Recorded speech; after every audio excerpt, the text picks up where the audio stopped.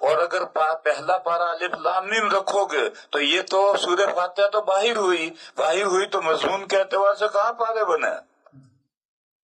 اس لیے میں نے کہا کہ یہ جو لوگوں میں مشہور ہے کہ قرآن کے 29 پارے ہیں، پہلا پارا الف لام میم ہے، وہ صحیح ہے، اور وہ پہلا پارا سورہ بقرہ سے شروع ہوتا ہے، سورہ فاتحہ کسی پارے کا جز نہیں ہے، یہ تو پورے قرآن کریم کا دیباچہ ہے، پریفیس ہے، پورے قرآن کریم کی تمہید ہے، اور اسی سورہ فاتحہ میں سے پورا قرآن کریم کے مضامین نکلے ہیں، اور سارے قرآن کریم کے مضامین سمیٹ کر کے داخل کرو گے تو اسی میں آئیں گے۔